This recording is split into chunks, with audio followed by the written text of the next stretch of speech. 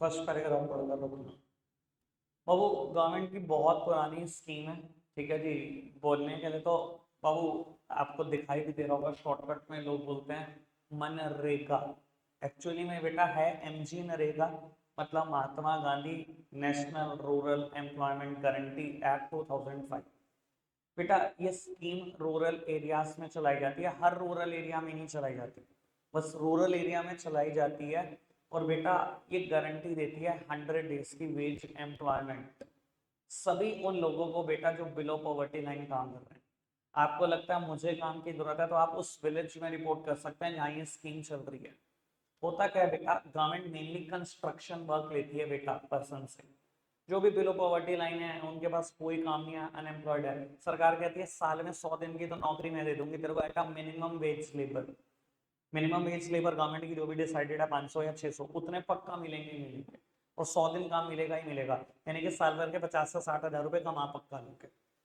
Government mainly construction काम कराती है, क्योंकि ज्यादातर रूरल पीपल अनस्किल्ड है, तो बेटा क्या करा सकते हैं, बोझ ही उठवा सकते हैं उनसे।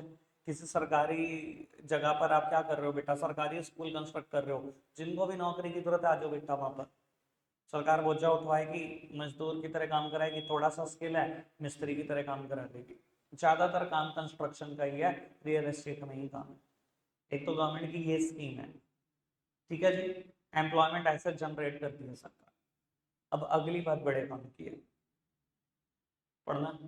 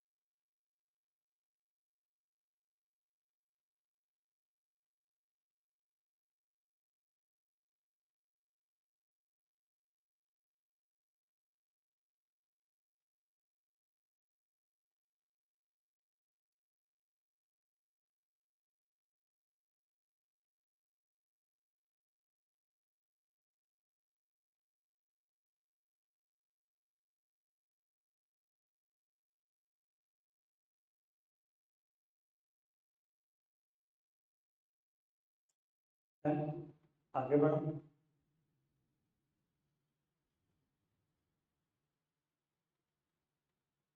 कितना पढ़कर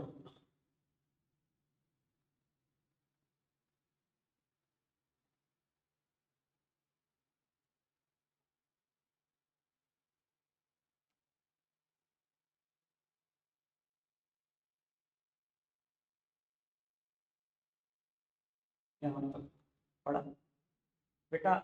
इस पैराग्राफ को जो हमने पढ़ा है ना बड़ा इंपॉर्टेंट हो जाता है। इसने बोला कि बेटा यूनियन गवर्नमेंट यानी कि सेंट्रल गवर्नमेंट और स्टेट गवर्नमेंट का ना बड़ा क्रूशियल रोल है एम्प्लॉयमेंट जनरेट करने में। ये डायरेक्टली और इनडायरेक्टली जॉब क्रिएट करते रहते हैं। इन्होंने बताया कि डायरेक्टली कैसे जॉब क्रिएट करते हैं। मान लो कोई भी गवर्नमेंट ओन एंटरप्राइज, मान लो जैसे कि इन्होंने स्टील एंटरप्राइज का एग्जांपल दिया, मैं स्टील की बात कर लेता हूँ। एक ऑर्गेनाइजेशन है SAIL, Steel Authority of India Limited, government की ऑनरशिप 50% से ज्यादा है उसके अंदर। ठीक है जी, गवर्नमेंट ओन एंटरप्राइज है। और वो अगर सेल अपना प्रोडक्शन बढ़ाए, ऑब्वियस सी बात है बेटा, प्रोडक्शन बढ़ाने के लिए बेटा कहीं ना कहीं आप ज्यादा लोगों को नौकरी दोगे। कहता है आप क्या कर रहे हो, ये डायरेक्ट एम्प्लॉयमेंट जनरेट कर रहे हो। और कहीं ना कहीं अगर आप अपना आउटपुट बढ़ा रहे हो, अपना प्रोडक्शन बढ़ा रहे हो, तो बेटा जो एंटरप्राइज आपसे स्टील खरीदती है एज अ रॉ मटेरियल, ऐसी भी बहुत सारी ऑर्गेनाइजेशन होंगी ना जो स्टील खरीद कर स्टील फर्नीचर बनाती है, तो आपसे स्टील खरीदने वाली बहुत सारी ऑर्गेनाइजेशन होंगी। कहते हैं अगर आपने आउटपुट बढ़ाया है तो आप ऑब्वियसली बेचोगे भी ज्यादा। जब आपने ज्यादा बेचा उनको, उनके पास भी इनपुट ज्यादा है, उनको भी आउटपुट में कन्वर्ट करने के लिए ज्यादा लोगों को नौकरी देनी पड़ेगी। कहता है ये आपने इनडायरेक्ट एम्प्लॉयमेंट भी जनरेट कर दी। तो कहता है गवर्नमेंट डायरेक्टली और इनडायरेक्टली नौकरियां जनरेट करती रहती है। पर बाबू ये तो इसने सिर्फ अच्छी अच्छी बात कर दी, जो बुरी बात है इसने फोकस ही नहीं किया उसको। मैं कर देता हूँ उसको फोकस। एनसीईआरटी ने लास्ट पैराग्राफ में भी नहीं कर रखा उसको फोकस। इसके बाद चैप्टर खत्म भी हो गया, कंक्लूजन आ गया। पहले मैं बता देता हूँ बात, फिर मैं लास्ट पैराग्राफ पढ़ा दूंगा। बेटा जब से एनईपीज आई हैं, न्यू इकोनॉमिक पॉलिसी, या जिसको आप न्यू इंडस्ट्रियल पॉलिसी सिंस 1991 भी बोलते हो, तो वो हमारा फोकस बहुत हद तक प्राइवेटाइजेशन की तरफ बढ़ा है। भाई हमारी एलपीजी लिबरलाइजेशन, प्राइवेटाइजेशन, ग्लोबलाइजेशन, यही तो न्यू इकोनॉमिक पॉलिसी थी। हम प्राइवेटाइजेशन की तरफ भाग रहे हैं। बेटा जब प्राइवेटाइजेशन की तरफ भाग रहे हैं तो ये भी तो समझो गवर्नमेंट ओन्ड एंटरप्राइजेस का साइज बड़ा श्रिंक होता जा रहा है। गवर्नमेंट ओन्ड एंटरप्राइज अब उतनी थोड़ी है जितनी पहले थी। पहले कहाँ 243 इंडस्ट्री थी, कई हजारों कंपनी सरकार के नाम पे चलती थी, अब कहीं हजारों कंपनी तो नहीं, अब तो कुछ 100 में आ गई होगी बात। और बेटा धीरे धीरे आप देखोगे हम हर चीज को तो प्राइवेटाइज कर रहे हैं। बेटा गवर्नमेंट एंटरप्राइज इन फ्यूचर इतनी कम हो जाएंगी कि गवर्नमेंट डायरेक्टली और इनडायरेक्टली कभी एम्प्लॉयमेंट जनरेट कर नहीं पाएगी। अभी तो आप फिर भी ये बात बोल रहे हो कि गवर्नमेंट डायरेक्ट और इनडायरेक्ट एम्प्लॉयमेंट जनरेट कर रही है, थोड़े टाइम के बाद बोलने के लिए ये भी नहीं रहेगा, फिर प्राइवेट सेक्टर ही जॉब क्रिएट कर सकता है, फिर टॉपिक ही ना हट जाए यहाँ से। ठीक है ना। लेकिन हाँ अगर मैं एक अच्छी बात बोलूँ तो बेटा make in India, skill India, startup India, ये कुछ गवर्नमेंट की ऐसी लेटेस्ट स्कीम्स हैं जो बेटा एम्प्लॉयमेंट दे रही हैं आज भी। ठीक है ना। ये बात भी नहीं एनसीईआरटी करती, मैं बस कर रहा हूँ आपसे। ठीक है जी, लास्ट पैराग्राफ पढ़ दो फटाफट से, फिर लिखना शुरू करेंगे, चैप्टर खत्म हो चुका है बेटा।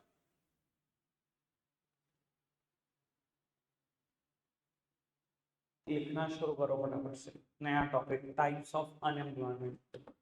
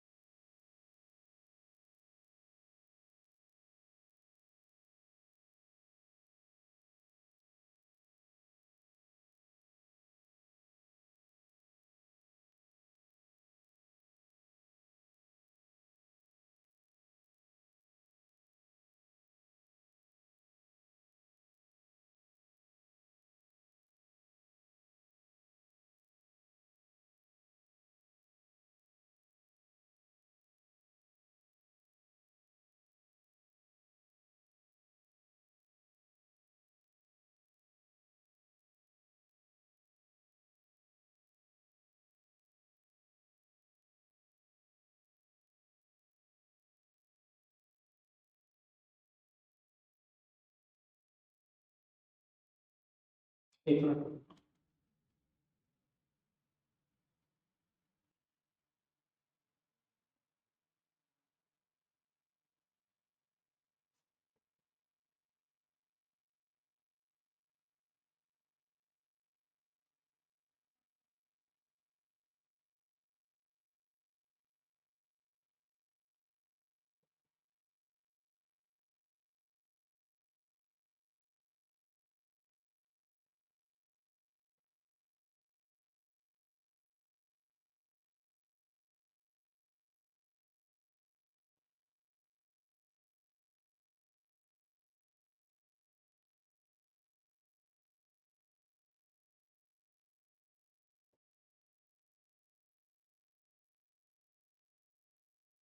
वो इतना मतलब आज के लिए नहीं।